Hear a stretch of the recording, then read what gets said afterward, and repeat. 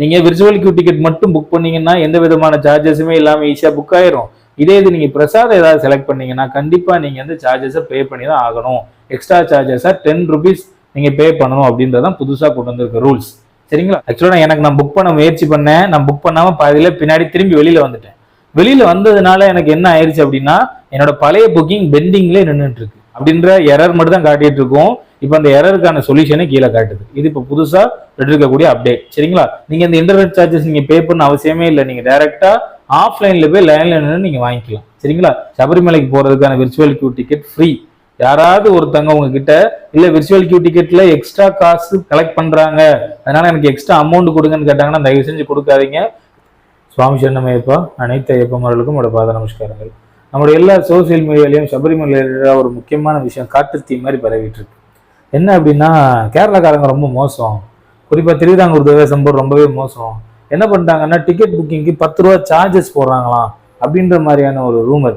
அதாவது என்ன நடந்திருக்கு அப்படின்ற ஒரு அடிப்படையான புரிதல் இல்லாமல் தலையும் புரியாமல் வாழும் புரியாமல் பண்ணுவாங்கல்ல இப்போ அந்த மாதிரியான ஒரு விஷயம். அப்படிப்பட்ட ரூமர் தான் எல்லா இடத்துலையும் பயங்கரமாக பரவிட்டு இருக்கு.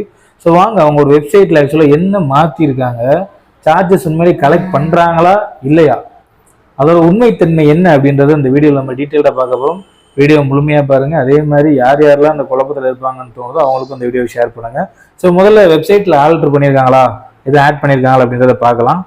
ஸோ நம்ம எந்த வெப்சைட்டுக்குள்ளே போகணுன்னு எல்லாருக்குமே தெரியும் அப்படின்னு நினைக்கிறேன். சபரிமலா ஆன்லைன். உங்களோட மொபைல் ஃபோனில் சபரிமலா ஆன்லைன்னு டைப் பண்ணுங்கள். ஸோ டைப் பண்ணோடனே ஃபஸ்ட்டாக வர வெப்சைட் இருக்குது பார்த்தீங்களா, சபரிமலா ஆன்லைன்.org. ஸோ அவங்க வெப்சைட் அவங்க மாற்றவே இல்லை, அதே வெப்சைட் தான். ஸோ உள்ளே போனோடனே பாருங்கள் அதோட இன்டர்ஃபேஸ், அதாவது இந்த வெப்சைட்டில் முன்னாடி டிஸ்பிளே ஆகுற மாதிரி இல்லாமல் இப்போ கொஞ்சம் வித்தியாசமாக டிஸ்பிளே ஆகுது. இந்த பின்னாடி இருக்க பேக்ரவுண்ட் ஃபோட்டோவை சேஞ்ச் பண்ணியிருக்காங்க.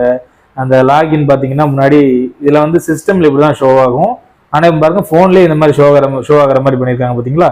ஸோ இது கொஞ்சம் லுக்காக கொஞ்சம் மாடலாக இருக்குது, அவ்வளோதான். ஸோ மற்றபடி பெரிய சேஞ்சஸ்லாம் இல்லை. சரி வாங்க உள்ளே போய் லாகின் பண்ணி பார்க்கலாம். உங்களோட மெயில் ஐடி அண்ட் பாஸ்வேர்டை கொடுத்துருங்க. நான் என்னோட மெயில் ஐடி பாஸ்வேர்டை கொடுத்து உள்ளே வந்துட்டேன். ஸோ உள்ளே வந்தப்பறம் பார்த்தீங்கன்னா அந்த இப்போவும் பாருங்க அந்த டிஸ்பிளே ஆகக்கூடிய அந்த இடம் பாருங்க ஃபுல்லாகவே வித்தியாசமாக இருக்குது.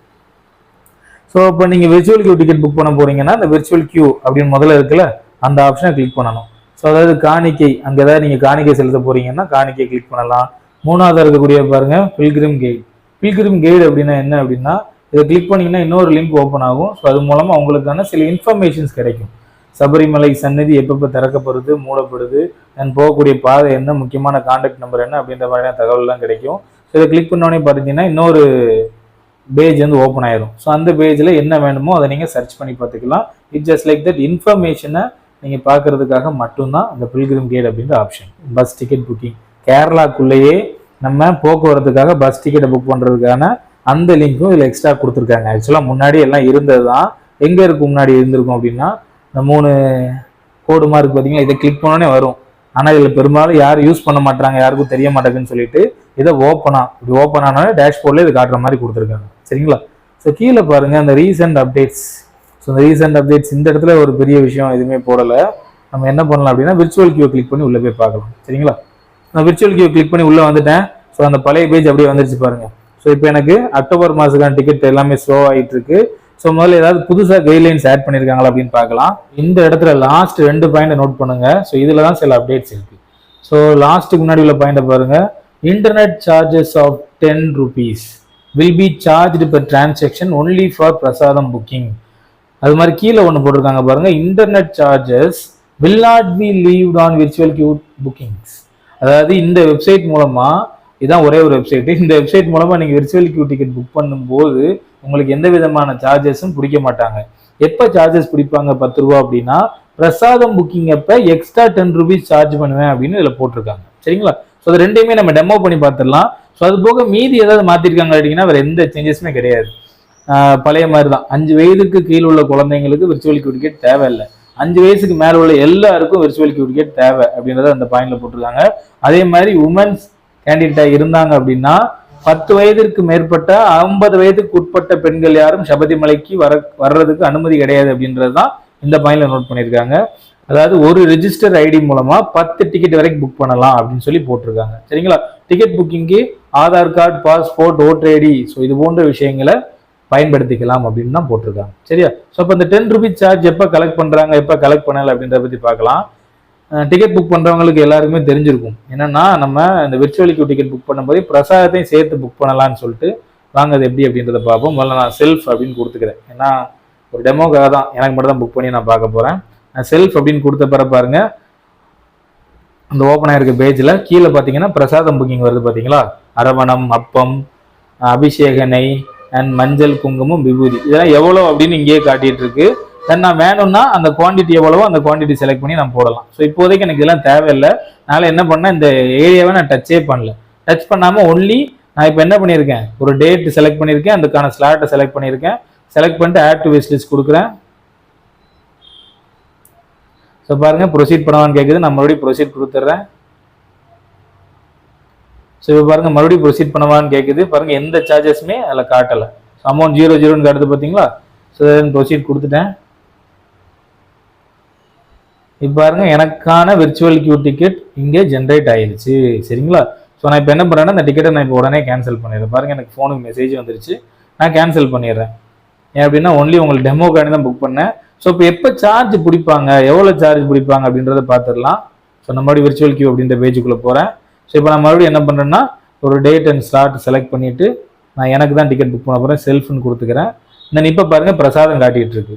ஸோ எவ்வளோ எனக்கு என்ன வேணுமோ நான் அதை செலக்ட் பண்ணிக்கிறேன். இப்போ எக்ஸாம்பிள் ஒரே ஒரு அரவணை பாயசம் 100 ரூபா. சரிங்களா? ஸோ அந்த ஒரு அரவணை பாயசம் மட்டும் நான் போதுன்னு சொல்லிட்டு அதை மட்டும் செலக்ட் பண்ணிட்டு ஆட் டு விஷ் லிஸ்ட் கொடுக்குறேன். ஸோ ப்ரொசீட் கேட்குது, ப்ரொசீட் கொடுத்துட்டேன். தென் இந்த இடத்துல பார்த்தீங்க அப்படின்னா எவ்வளோ ரூபா காட்டுது, 100 ரூபா காட்டுது. ஆனால் கீழே தெளிவாக போட்டிருக்காங்க பாருங்க, total amount 100 rupees, internet reservation charge 10 rupees. அப்போ 110 ரூபா நான் கேட்டேன்னு போட்டிருக்கு. ஸோ இப்போ நான் ப்ரொசீட் டு பே கொடுத்தேன்னா என்னோட பேமெண்ட் ஆப் மூலமாக பே பண்ண சொல்லுவாங்க. ஸோ இதை தான் அவங்க கொடுத்துருக்காங்க. நீங்கள் விர்ச்சுவல் கியூ டிக்கெட் மட்டும் புக் பண்ணீங்கன்னா எந்த விதமான சார்ஜஸுமே இல்லாமல் ஈஸியாக புக் ஆயிரும். இதே இது நீங்கள் பிரசாதம் ஏதாவது செலக்ட் பண்ணீங்கன்னா கண்டிப்பாக நீங்கள் வந்து சார்ஜஸை பே பண்ணி தான் ஆகணும். எக்ஸ்ட்ரா சார்ஜஸாக 10 ரூபீஸ் நீங்கள் பே பண்ணணும் அப்படின்றதான் புதுசாக கொண்டு வந்திருக்க ரூல்ஸ். சரிங்களா?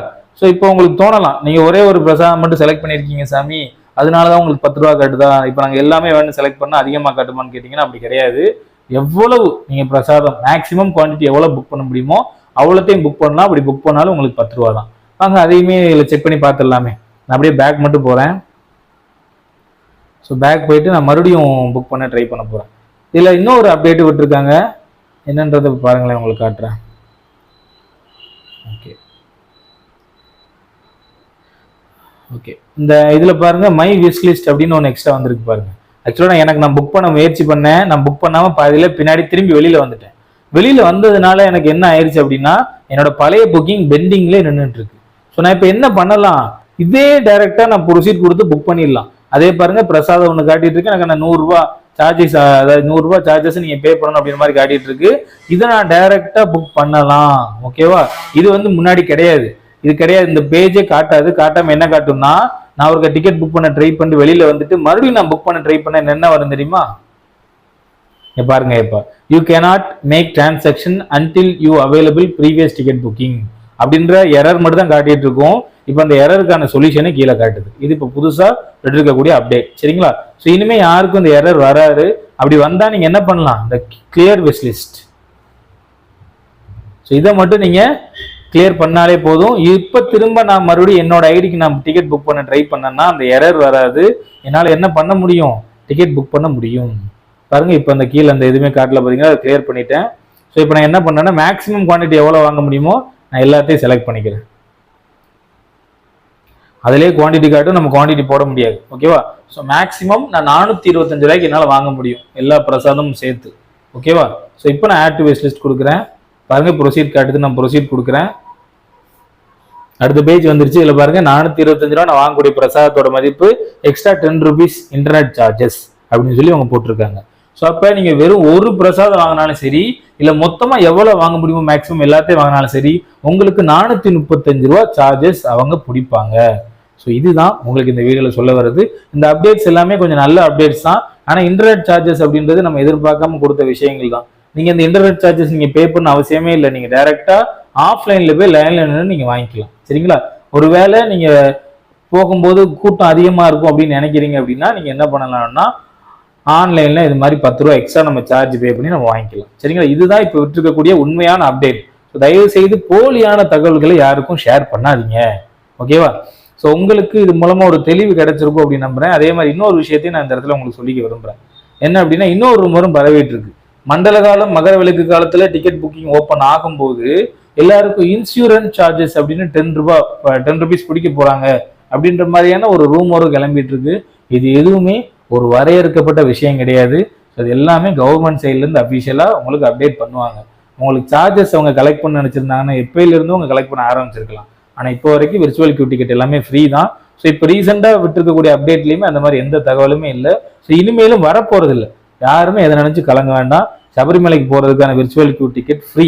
யாராவது ஒருத்தவங்க உங்ககிட்ட இல்ல விர்ச்சுவல் கியூ டிக்கெட்ல எக்ஸ்ட்ரா காசு கலெக்ட் பண்றாங்க, அதனால எனக்கு எக்ஸ்ட்ரா அமௌண்ட் கொடுங்கன்னு கேட்டாங்கன்னா தயவு செஞ்சு கொடுக்காதீங்க. விர்ச்சுவல் கியூ டிக்கெட் புக் பண்றதுமே ரொம்ப சிம்பிள் தான். நீங்க ஒரு நல்ல நாலேஜபிள் பர்சனா இருந்தா முடிஞ்ச அளவுக்கு எல்லாருமே விர்ச்சுவல் கியூ டிக்கெட்டை ஃப்ரீயா புக் பண்ணி கொடுங்க. ஏன்னா ஃப்ரீ தான், உங்களுக்கே தெரிஞ்சிருக்கும். எந்த விதமான சார்ஜஸும் உங்க கலெக்டே பண்ணல. ஜஸ்ட் ஒரு 2 மினிட்ஸ்ல உங்களால 10 பேருக்கு டிக்கெட் புக் பண்ணி கொடுக்க முடியும். ரொம்ப சிம்பிளா கொடுக்க முடியும். ஸோ கவர்மெண்ட்டே சார்ஜஸ் பண்ணல. ஸோ நீங்க ஏன் சார்ஜஸ் கலெக்ட் பண்றீங்க? சரிங்களா? தப்பு தான். நீங்க யாரும் பிரசாதம் கேட்டா மட்டும் என்ன பண்ணோம், அதாவது 425 ரூபா வரைக்கும் உங்களுக்கு பிரசாதத்தை வாங்க முடியும். அதுக்கு மட்டும் எக்ஸ்ட்ரா 10 ருபீஸ் 435 ரூபா பே பண்ணீங்க அப்படின்னா உங்களுக்கு தேவையான பிரசாதத்தையும் சேர்த்து உங்க டிக்கெட்டோட புக் பண்ணிக்கலாம். நல்லது. இப்போ உங்களுக்கு ஒரு தெளிவான நாலேஜ் கிடைச்சிருக்குன்னு நம்புறேன். தயவுசெய்து இந்த வீடியோ அனைவருக்கும் ஷேர் பண்ணுங்க. இறைவனுக்கு செய்யும் அனைத்து பணிகளுமே திருப்பணிகள் தான். நல்லதே நடக்கட்டும் ஐயப்பா. சுவாமி சரணம் ஐயப்பா. பாத நமஸ்காரம்.